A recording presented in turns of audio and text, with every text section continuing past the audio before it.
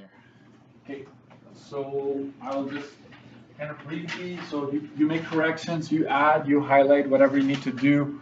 So here we go. So very different scenarios, right? So George flipped a coin and here are the results.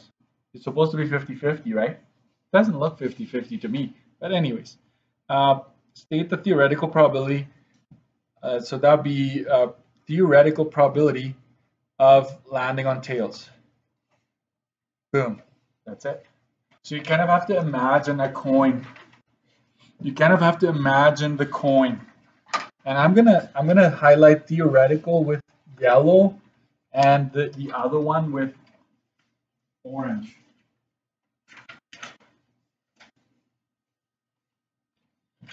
Right? So there's the experimental probability of the coin landing on tails. Experimental probability of landing on tails. Wait a minute. Now I have to base it on what actually happened. Right? So 240 out of 160 plus 240, right? You're basically adding it up. What's that, 400? I'm going to stick with a fraction for now. Just stick with a fraction. If you toss the coin 1,000 times, how many times would you expect it to land on tails? Okay, so 1,000 times. You're making a prediction. Which one are you going to use? Which probability? Theoretical, always. Because that is going to be the most accurate in the long run. So 1/2 times 1,000. So what are we expecting? 500 times. So a little intro, a little warm up to the concept of theoretical versus okay, so you're most likely going to have to add the numbers to get your denominator for the experimental. So Megan draws 5 cards from a standard. Every time she pulls a card, she records the results and places it back. So this is what actually happened, right? What actually happened. All right, so let's go and see how we answer this. Theoretical. It's asking for theoretical probability. Careful, because I'm going to start throwing odds in too, right? So read carefully. Probability of drawing a 6 of spades. Probability of 6 of spades. Theoretically, how many 6 of spades do we have? Uno, right? Just one out of 52. That's it. Experimental probability.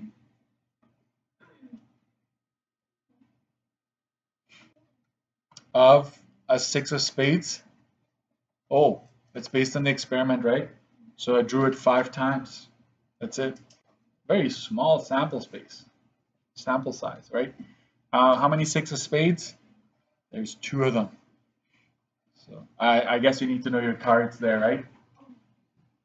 I was hoping you would recognize that that is 6 of spades, right? So, oh, it's Friday, right? If you answered it that way, something should be like, wait a minute. Probability maximum 100, right?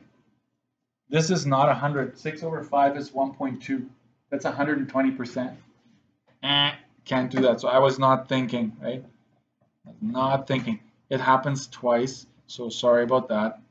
And I like the frowns on your faces. You're following along, right? All right, thank you. Why are the answers different? Which one is going to be more accurate in the long run? They're different. Here's how you answer a question like this. They are different because of the low number of trials. Sample size is low, right? So low sample space or sample size, right? It's the same thing. The theoretical probability is always most accurate in the long run.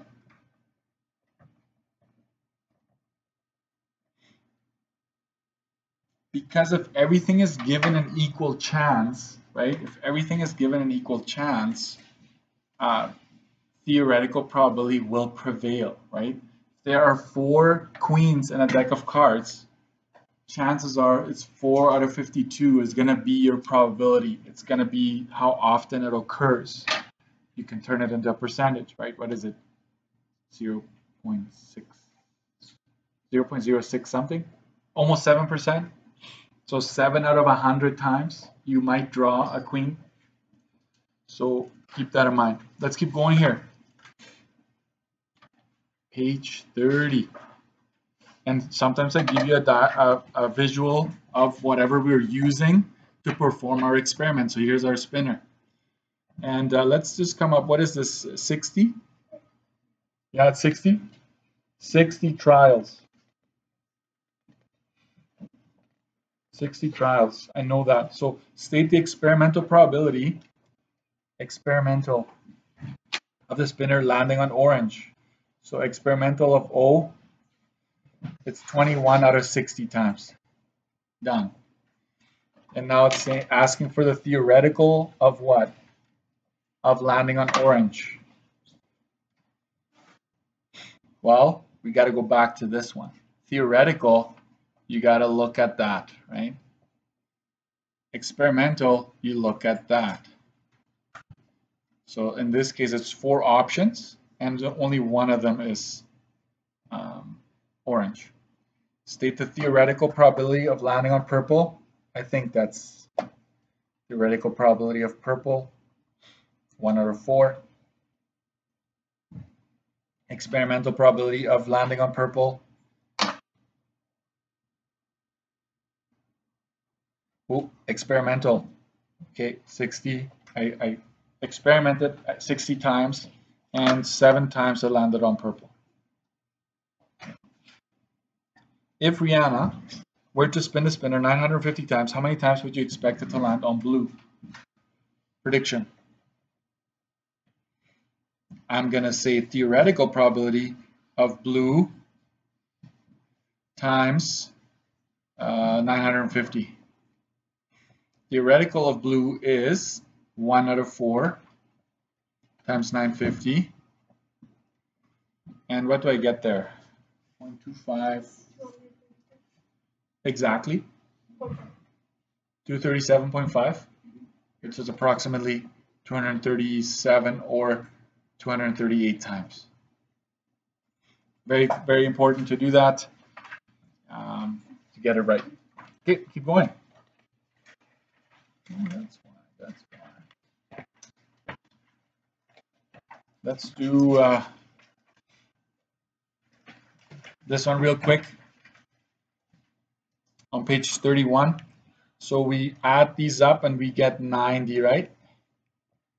90 trials, 90 tosses, 90 rolls, you name it. State the experimental probability. Is that orange? Experimental of rolling a 6.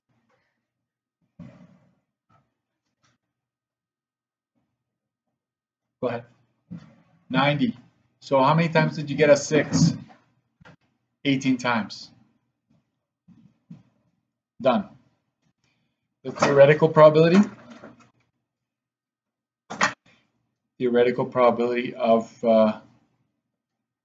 6. There's no die, right? No, nowhere. But you should know. I'm gonna go like this. Right? You're looking at the object you used to perform the experiment. So it's 1 out of 6. Which number has an experimental probability that matches the theoretical probability? Did anybody actually try this one? Yeah, 2. Okay, so what I did in my key, I went 13 divided by 90, 15 divided by 90. Like I figured out the decimal for all of them, and I kind of just butchered it because I put the 90 here. So I'm going to erase this. I hope you have space here. So take your calculator. Where's my other calculator? Oh yeah, I have it in my bag. So I'm going to go 13. Let's clear that. 13 divided by 90. That's 0.144. This is a graphing calculator for my applied class. Oops. 15 divided by 90. That's 0.1667. There you know this one is going to be the closest. 14 divided by 90. That's 0.1556. 12 divided by 90. 0.1333. 18 divided by 90. You're having fun or what? 0.2, and this is 0.2 as well. So this one, this one is the closest, because what you do here is the theoretical probability of drawing a 2 is 1 out of 6, which is 0.1667, right? The experimental probability of drawing a 2 is 15 over 90, which is 0.1667. Okay? So that's how we know that these two they're the closest, right? They're actually exactly the same. So experimental probability of drawing a 2 is exactly equal to theoretical probability of drawing a 2. Technically, they should all be. So what's the problem here?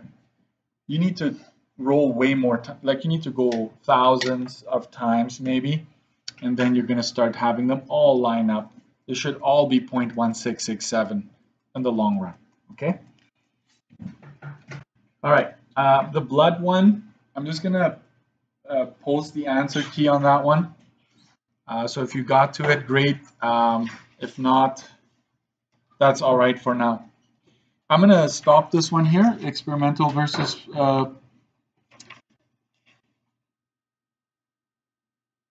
and I'm going to go to 36 here real quick.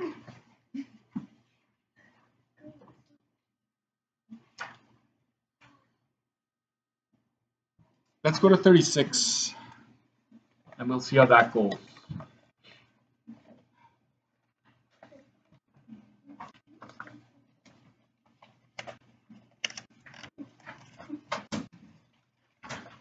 Okay, I'm just going to summarize this. The effects on sample size on your results, right? So page 36. For something to be, for results to be representative of what should be happening, you need a large sample. This is on page 36. Large sample and diverse. This is to avoid bias, right? You want to avoid any bias, any where you're asking people that will kind of favor a certain thing over another. So you kind of want to mix it up really good, right? So a large cafeteria serves lunch to more than 400 people per day and offers 4 main dishes, right? So there are the 4 main dishes. Chicken chow mein would be good right about now. Of the first 10 people in line, no one chose the vegetarian dish. The manager decided to remove the vegetarian dish from the menu in the future. Is this a good decision? Explain why not. It's a good decision? I think you're being sarcastic. This is not a good decision, right? It's a small sample size. You're only 10 people. You're serving 400, right? So you would say not a good decision.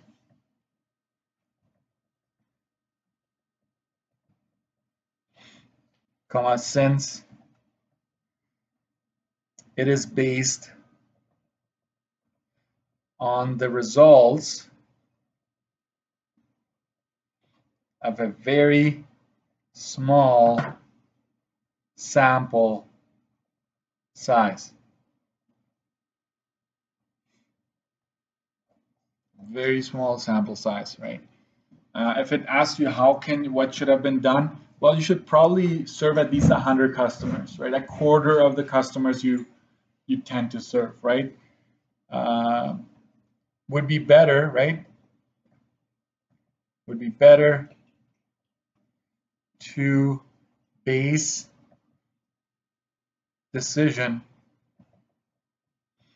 on 100 plus choices. Okay. Something like that. And so this is the answer you should give over and over for all of these questions that you're about to see here. Can you just read the second one there and see if you could come up with a decent answer? Because that's an easy one marker if you just know what you need to.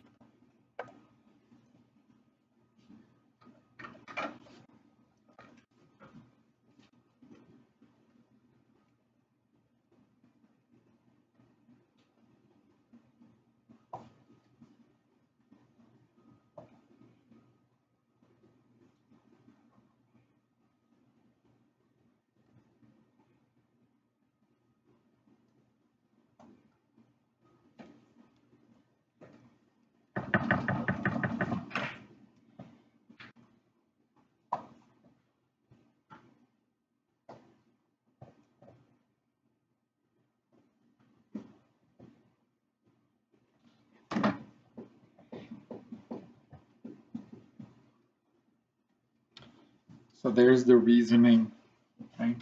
29 out of 30, right, is 96.67, which is 97. That's why she's concluding, right, that 97% of the population is brown eyes. Is this a logical conclusion? Your answer should say something along the lines, no, it's not. This is a very small amount, right, of students that were interviewed or surveyed. The sample size is way too low to make a conclusion on a larger scale, right? Especially Canada, to go from 30 now to 30 million, right? Like it's just ridiculous, right? So but just make sure you use those keywords, right? And then you're gonna be okay. I'm almost done, almost done. I want to touch on one more concept here. So I'm going to skip, there's 2 more questions there, but everything is along the same lines there. A very interesting concept. If you go to page 39,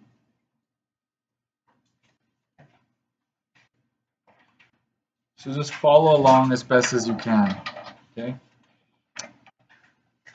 Highlight outcome tables. This is on page 39. Highlight outcome tables and tree diagrams.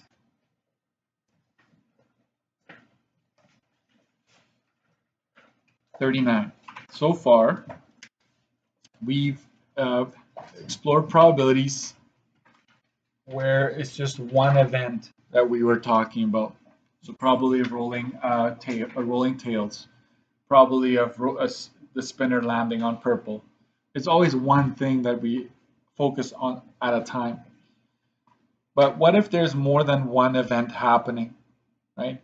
So let's say you have 2 choices for a main meal and 3 choices for a drink. How many total possibilities are there? Right? 2 and 3. I would argue that to find the total possibilities, we take the 2 meals and multiply it by the 3 drinks, right? And you actually have 6 different ways of ordering a meal here. Say what? Come again? What? Allow me to show you what I mean. So you have 2 meals. So let's say you go with the first meal and you order the first drink. This would be one outcome. Let's say you take the first meal and the second drink, second outcome. Third outcome, right? So this is telling you the possibilities. Let's backtrack to meal 2. Let's say you rather want a double Big Mac, right? And then you go with drink 1, 2, or 3. You end up with these different outcomes.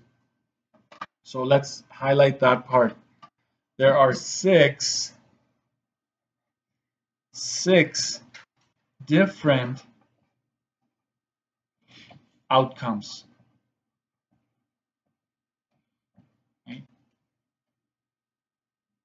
6 possibilities. So what if I added a third meal? What if it says 3 meals and 3 drinks? You would have go 3 times 3, which is 9. Okay, so that's a concept I wanted you to. So that's your tree diagram, and here's your outcome table. I like outcome tables more because they're not as messy. So in this case, you would go drink 1 meets meal 1. Drink 1 meets meal 2. And I just use sub numbers, like a little number at the bottom to distinguish. Drink 2 meets meal 1. Drink 2 meets meal 2. Sorry. Drink 3 meets meal 1.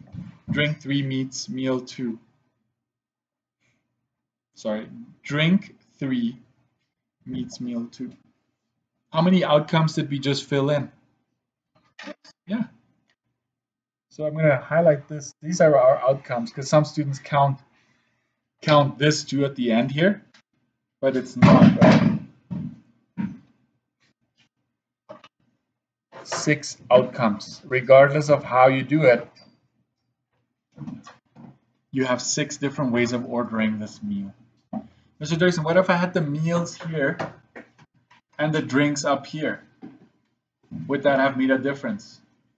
Nope. It's still 2 times 3.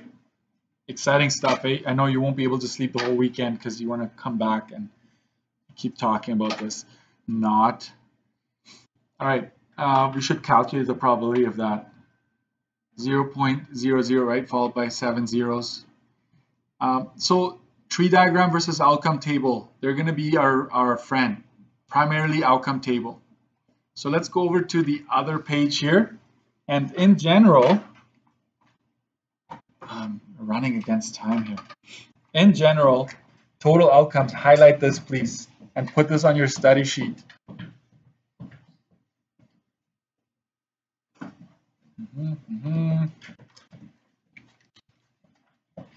Before we go, I want you to pay attention to this. The total number of outcomes, you take options in event 1 times the options in event 2 times the options in event 3 times the options in event 4, 5, 6, 7. Okay, stop it, right? That's ridiculous. But let's say outfits, right? Some of us are concerned, my outfits are the easiest ever. Polo shirt, jeans, right? That's all.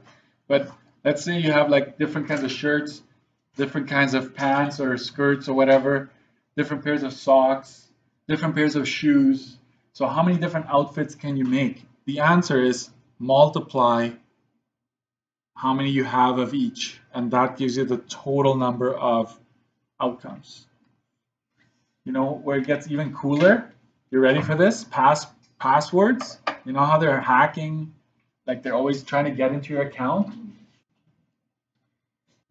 Pins, your debit or credit pin, how many digits do we have? 4. How many options for the first number? 0 to 9, right? So 10 times 10 times 10 times 10. So it's 10,000 possible passwords. Which is actually, they should probably change that to probably 5 or 6. That's just my personal opinion. But because AI and whatnot, they can probably they can crack that in no time. They probably will pretty soon. But this is what I wanted you to think about before you go on to your weekend. And I hope you have an awesome weekend. That's it. I'm stopping right there.